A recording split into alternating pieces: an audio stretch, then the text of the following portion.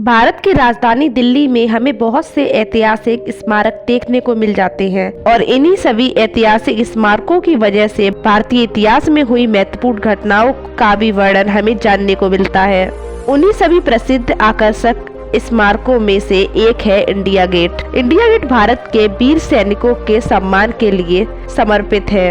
India gate को प्रसिद्ध अखिल भारतीय युवा स्मारक के नाम से भी जाना जाता है। इसकी भव्यता और आकर्षक की तुलना मुंबई में मौजूद गेटवे ऑफ इंडिया से भी की जाती है। प्रथम विश्व युद्ध 1914 से 1918 और तीसरे एंग्लो अफगान युद्ध 1919 के दौरान ब्रिटिश भारतीय सेना के 90,000 सैनिकों ने शक्तिशाली ब्रिटिश साम्राज्य की रक्षा करते हुए अपने आप को न्योछावर कर दिया और अपने प्राणों की आहुति दे दी। यही कारण है कि दिल्ली के राजपथ पे मौजूद इंडिया गेट का निर्माण शहीद हुए उन सभी सैनिकों की याद में किया गया था।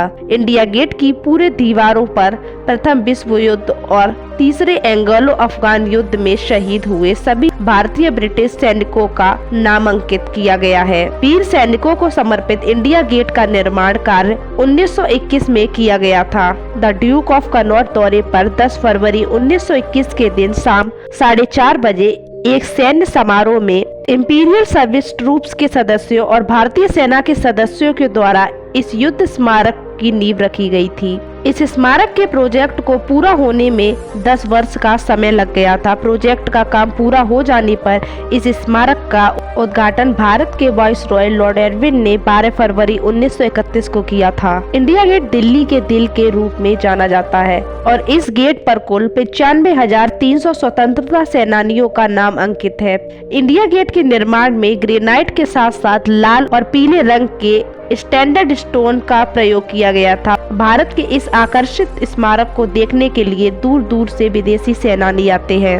इंडिया गेट की दीवारों को बनाने के लिए विशेषकर ग्रेनाइट और लाल पीले बलुआ पत्थरों का उपयोग किया गया है, जिनको भरतपुर से लाया गया था। इंडिया गेट के ऊपर एक गुम्बद बना है। इसके अतिरिक्त इंडिया गेट के 150 मीटर की दूरी पर एक शानदार एक छतरी जैसी संरचना है, जिसे एडमिरल लॉटियन ने निर्माण का रूप दिया था। इस संरचना में लॉर्ड जॉर्ज पंचम की मूर्तियां पहले मौजूद थी, जिसे आजादी मिलने के बाद वहां से हटा दिया गया। उस प्रतिमा को कोरोनेशन पार्क में स्थापित किया गया। इंडिया गेट के ऊपरी भाग में दोनों तरफ बड़े अक्षरों में इंडिया लिखा हुआ है। इंडिया गेट के ठीक नीचे एक अमर जवान ज्योति का निर्माण किया गया है। यह उनको याद दिलाता है जिन्होंने अपने प्राणों का बलिदान देश के लिए किया था। यह अमर जवान ज्योति उन सभी भारतीय सैनिकों को समर्पित है जिन्होंने भारत पाकिस्तान के युद्ध में अपने प्राणों की आहुति दे दी थी। इन सभी देश की रक्षा करते हुए मिटने वाले सैनिकों की याद में अमर जवान ज्योति का निर्माण साल 1971 में किया गया था। अमर जवान ज्योति का उद्घाटन 1972 की पहली महिला प्रधानमंत्री इंदिरा गांधी ने किया था और उन्होंने इस स्मारक पर अमर सैनिकों को भावपूर्ण तरीके से श्रद्धांजलि अर्पित की थी। तभी से प्रति वर्ष गणतंत्र दिवस के परेड के मौके पर देश के प्रधानमंत्री और भारतीय शक्ति के तीनों सेना प्रमुख इस पावन भूमि पर मौजूद होते हैं और उन सभी वीर पुरुषों को सच्ची एवं भावपूर्ण श्रद्धांजलि प्रदान करते हैं।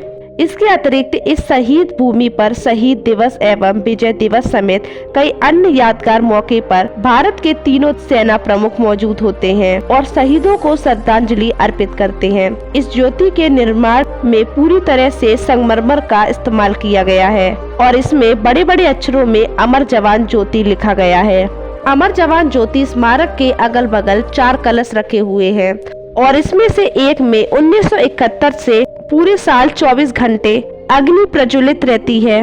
पहले ज्योति एलपीजी गैस के प्रयोग से चलती थी, लेकिन 2006 से ज्योति को सीएनजी गैस से प्रज्वलित किया जाने लगा। इसकी सुरक्षा के लिए 24 घंटे हर दिन सुरक्षा कर्मी तैनात रहते हैं। इंडिया गेट के पूरे आसपास में बगीचे और खूबसूरत हरे भरे पौधों का निर्माण किया गया है, जिस वजह से यह एक पिकनिक स्पॉट के रूप में भी जाना जाता है। इंडिया गेट को पहले अखिल भारतीय युद्ध स्मारक के नाम से जाना जाता था, लेकिन बाद में इसका नाम इंडिया गेट कर दिया गया। इंडिया गेट एक ऐसा स्मारक है जिसके जरिए हमारे देश के प्रत्येक नागरिक वीर गति को प्राप्त हुए सभी सैनिकों को याद करते हैं। इंडिया गेट को देखकर प्रत्येक भारतीय नागरिक का हृदय गर्व से ऊंचा उठ जाता है। हमें हमारे देश के प्रत्येक सैनिकों को सम्मान की दृष्टि से देखना चाहिए।